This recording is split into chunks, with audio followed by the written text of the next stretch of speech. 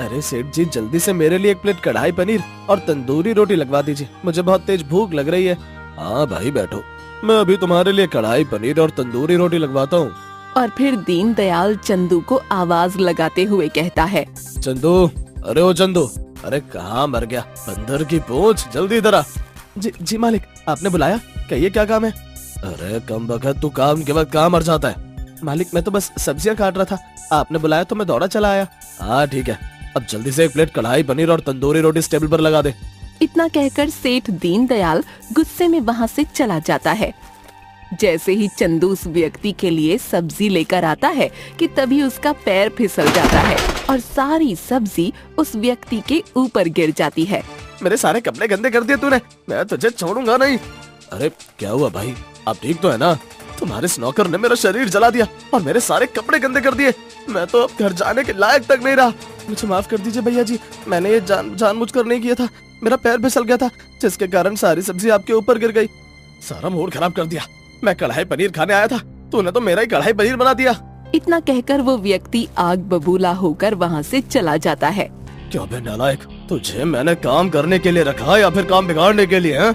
मुझे माफ कर दीजिए मालिक, अब आइंदा ऐसा कभी नहीं होगा। तूने मेरी एक प्लेट सब्जी बर्बाद की है, इस सब्जी की भरपाई मैं तेरी पगार से काट लूंगा।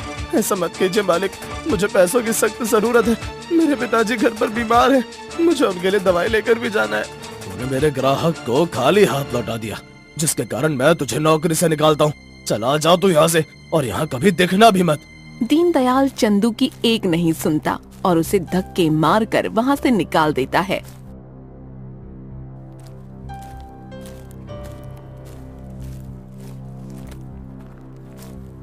अरे बेटा, तू इतनी जल्दी आ गया, रोज तो तू शाम को आता था ना। अगर मैंने पिताजी को बता दिया कि मालिक ने मुझे काम से निकाल दिया तो पिताजी की तबीयत और खराब हो सकती है, मुझे पिताजी से ये सब छिपाना होगा। अरे बेटा बता ना, क्या बात है, मेरा दिल बैठा जा रहा है।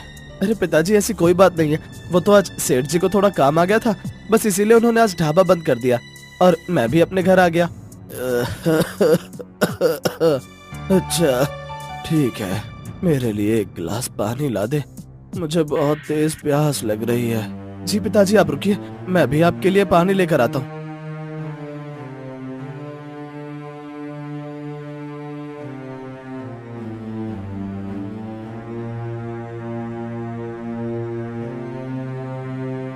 बेटा क्या तू मेरी दवाइयाँ ले आया? लगता है मेरी तबीयत और ज्यादा खराब हो रही है। अब पिताजी को कैसे समझाऊं कि मालिक ने मुझे काम से निकाल दिया और अब तो मेरे पास दवाई तक लाने के पैसे नहीं है, लेकिन मुझे कुछ तो करना ही होगा। मुझसे पिताजी की ये हालत अब नहीं देखी जाती। अरे पिताजी, आपकी दवाइयाँ लाना तो मैं भूल ही गया, मैं वैद्य जी के पास से अभी दवाइयाँ लेकर आता हूँ। इतना कहकर चंदू दवाइयाँ लेने के लिए वैद्य के पास पहुँच जाता है।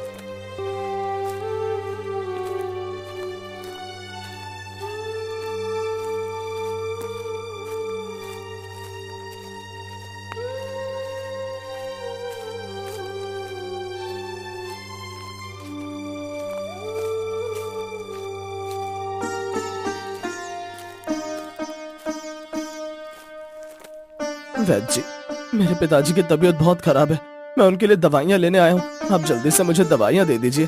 देखो भाई चंदू, मुझे पता है कि तुम्हारे पिताजी बीमार हैं, लेकिन क्या तुम्हारे पास दवाइयाँ खरीदने के लिए पैसे हैं? वैद्य जी, पैसे तो मेरे पास नहीं है, आप मुझे दवाइयाँ उधार दे दीजिए, मैं आपसे वादा करता हूँ कि मैं आपके पैसे आपको जल्दी लौटा दूंगा। ये कोई धर्मशाला नहीं है जो मैं तुम्हें उधार दवाइयाँ दे दूँ। अगर तुम्हारे पास पैसे नहीं है तो निकलो यहाँ से। वैद्य जी ऐसा मत कीजिए, मेरे पिताजी की तबीयत बहुत ज्यादा खराब है, आप मुझे दवाइयाँ दे दीजिए। तुझे एक बार में समझ नहीं आता है क्या? अब निकल यहाँ से वरना बहुत पिटेगा मेरे हाथों से।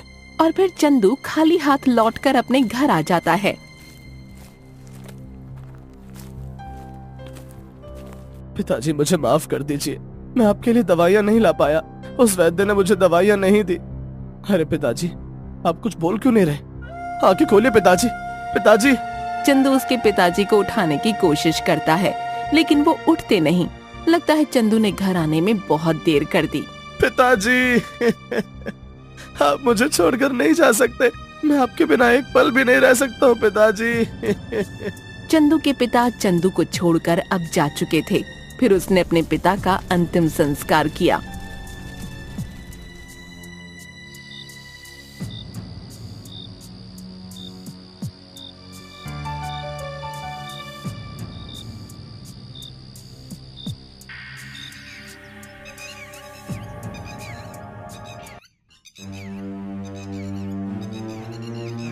पिताजी, आप मुझे छोड़कर क्यों चले गए?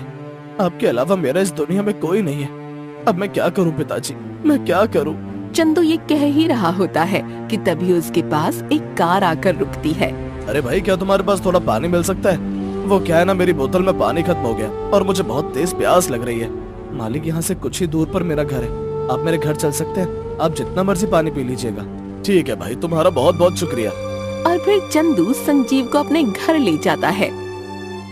मालिक, आप यहाँ बैठिए, मैं अभी आपके लिए पानी लेकर आता हूँ। और फिर चंदू उस व्यक्ति को पानी लाकर देता है। भाई, मुझे बहुत तेज प्यास लगी थी।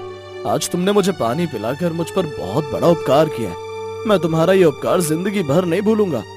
अरे मालिक, ये आप कैसी बातें कर रहे हैं? प्यासे को पानी पिलाना तो पुण्य का काम होता है। वैसे तुम्हारा नाम क्या है और घर के सभी लोग कहाँ पर है? मालिक, मेरा नाम चंदू है।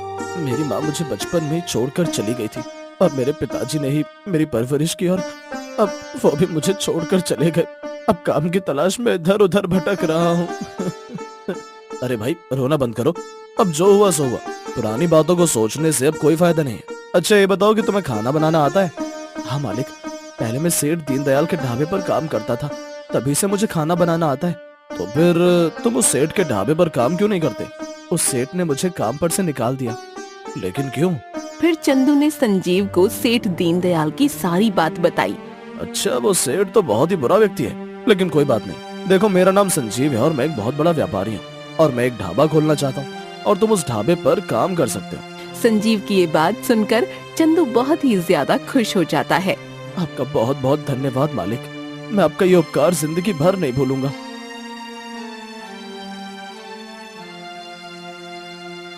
कुछ ही दिनों बाद संजीव का ढाबा तैयार हो जाता है, जो बहुत ही ज्यादा आकर्षक था। ढाबे के चारों तरफ निगरानी के लिए गुप्त कैमरे लगाए गए थे और ये ढाबा सेठ दीनदयाल के ढाबे से कुछ ही दूरी पर स्थित था। चंदू, हमारा ढाबा अब एकदम तैयार है। तुम लोगों के लिए खाना बनाओगे और मैं काउंटर पर बैठूंगा। ठीक है मालिक, आपने जैसा कहा है मैं वैसा ही करूंगा। और फिर चंदू खाना बनाने में व्यस्त हो जाता है। फिर संजीव काउंटर संभालने लगता है।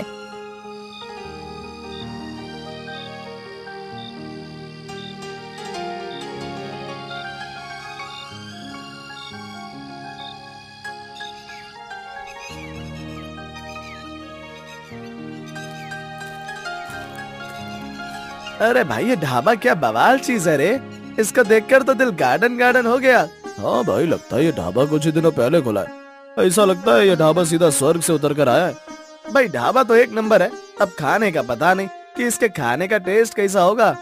अरे भाई, ये तो हमें खाना खाने के बाद ही पता चलेगा ना। तो चलो इस ढाबे में खाना खा कर आते हैं। और फिर वो दोनों हंसी ठिठोली करते हुए उस ढाबे के अंदर खाना खाने के लिए चले जाते हैं। अरे आइए आइए भाई साहब, आप दोनों का हमारे इस ढाबे में स्वागत है। बताइए क्या लेंगे आप? भाई, हम दोनों के लिए जल्दी से दाल मखनी और तंदूरी रोटियां लगवा दीजिए। पेट में बहुत तेज चूहे कूद रहे हैं। आप दोनों बैठिए, मैं अभी आपके लिए खाना लगवा देता हूँ। चंदू, 2 प्लेट दाल मखनी और तंदूरी रोटियां लगा दो। जी मालिक, 2 मिनट रुकिए, बस अभी लेके आता हूँ। और फिर चंदू जल्दी से उन दोनों व्यक्तियों को खाना परोस देता है। अरे भाई, क्या दाल मखनी बनाई है तुमने। बिल्कुल मक्खन का स्वाद आ रहा है और ये तंदूरी रोटियां तो और भी ज्यादा लाजवाब हैं। सच में भाई, खाना तो बहुत बढ़िया है। अब तो हम रोज आपके ढाबे पर ही खाना खाने आएंगे। जरूर भाई साहब, ये आप ही का तो ढाबा है। जब आपकी मर्जी हो तब आप यहाँ खाना खाने आ जाइएगा।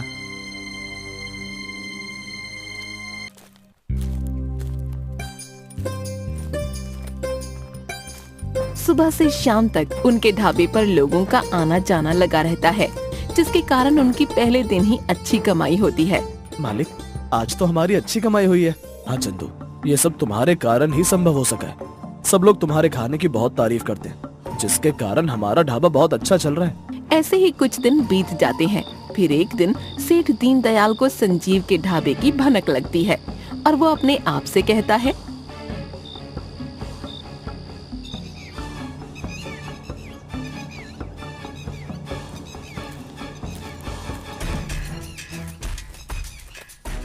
जब से ये नया ढाबा खुला है तब से मेरे ढाबे पर तो कोई आ ही नहीं रहा। इसका मुझे कुछ तो करना ही होगा, वरना मेरा ढाबा तो ठप हो जाएगा। दीनदयाल ये कह ही रहा होता है कि तभी वहाँ पर दीनदयाल का एक नौकर गंगू आ जाता है। क्यों बे नालायक, इतनी देर से कहा था, ये कोई टाइम है ढाबे पर आने का? मालिक, हमारे ढाबे के बाद जो नया ढाबा खुला है उस ढाबे का खाना बड़ा स्वाद बेहतरीन है। मैं बस उसी ढाबे पर खाना खाने के लिए गया था। वाह कमबख्त वाह, मेरे ढाबे पर काम करता और खाने की तारीफ किसी और ढाबे की करता है। मुझे माफ कर दीजिए मालिक, मैं तो जो सच्चाई है बस वही बता रहा था। चुप कर वरना दूंगा एक कान के नीचे। अरे मालिक, क्या आपको पता है कि उस ढाबे पर कौन काम करता है? मुझे नहीं पता, ये तो तुझे ही पता होगा ना, क्योंकि तू उस ढाबे पर मुंह मार कर आ रहा है।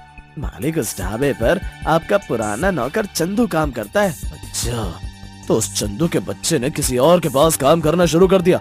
मैं उस ढाबे को तबाह कर दूंगा। लेकिन मालिक, आप करेंगे क्या? ये सब तू मुझ पर छोड़ दे गंगू, तू बस सिर्फ देखता जा।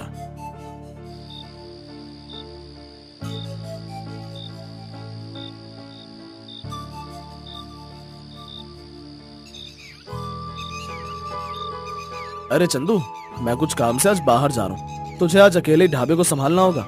मालिक, आप बिल्कुल भी चिंता मत कीजिए, मैं यहाँ अकेले ही सब संभाल लूंगा। चंदू और संजीव की बातें गंगू पीछे से छिपकर सुन लेता है और जाकर सेठ दीनदयाल को बताता है। मालिक, आज उस ढाबे का मालिक किसी काम से बाहर गया और उस ढाबे पर चंदू अकेला है। अरे ये तो तूने बहुत ही अच्छी खबर सुनाई गंगू, अब तू देख मैं क्या करता हूँ। और फिर दीनदयाल गंगू के कान में कुछ फुसफुसाने लगता है।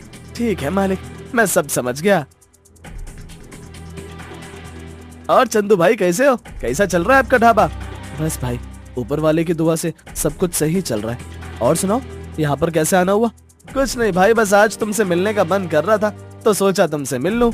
ऐसे तो ये यहाँ पर आता नहीं, जरूर ताल में कुछ काला है। गंगू चंदू को अपनी बातों में फंसा लेता है और इतने में ही सेठ दीनदयाल सब्जी में जहरीली दवाई मिला देता है। ठीक है चंदू, मैं यहाँ से चलता हूँ, मेरे मालिक मेरा इंतजार कर रहे होंगे। हाँ भाई जल्दी जा, वरना वो अकड़ू इंसान तुझे भी मेरी तरह ढाबे से निकाल देगा। और फिर गंगू भी वहाँ से 9-2-11 हो जाता है। अब आएगा ना मजा, जब ढाबे के सभी लोग उस जहरीली सब्जी को खाकर बेहोश हो जाएंगे और सारा इल्जाम चंदू पर आ जाएगा। फिर पुलिस उस चंदू को जेल में डाल देगी। कुछ देर बाद चंदू के ढाबे पर एक व्यक्ति खाना खाने के लिए आता है। अरे ओ भाई, जल्दी से मेरे लिए खाना लगा दो, मुझे बहुत तेज भूख लग रही है। जी भाई साहब, आप बैठिए, मैं अभी आपके लिए हमारे ढाबे की प्रसिद्ध दाल मखनी लेकर आता हूँ।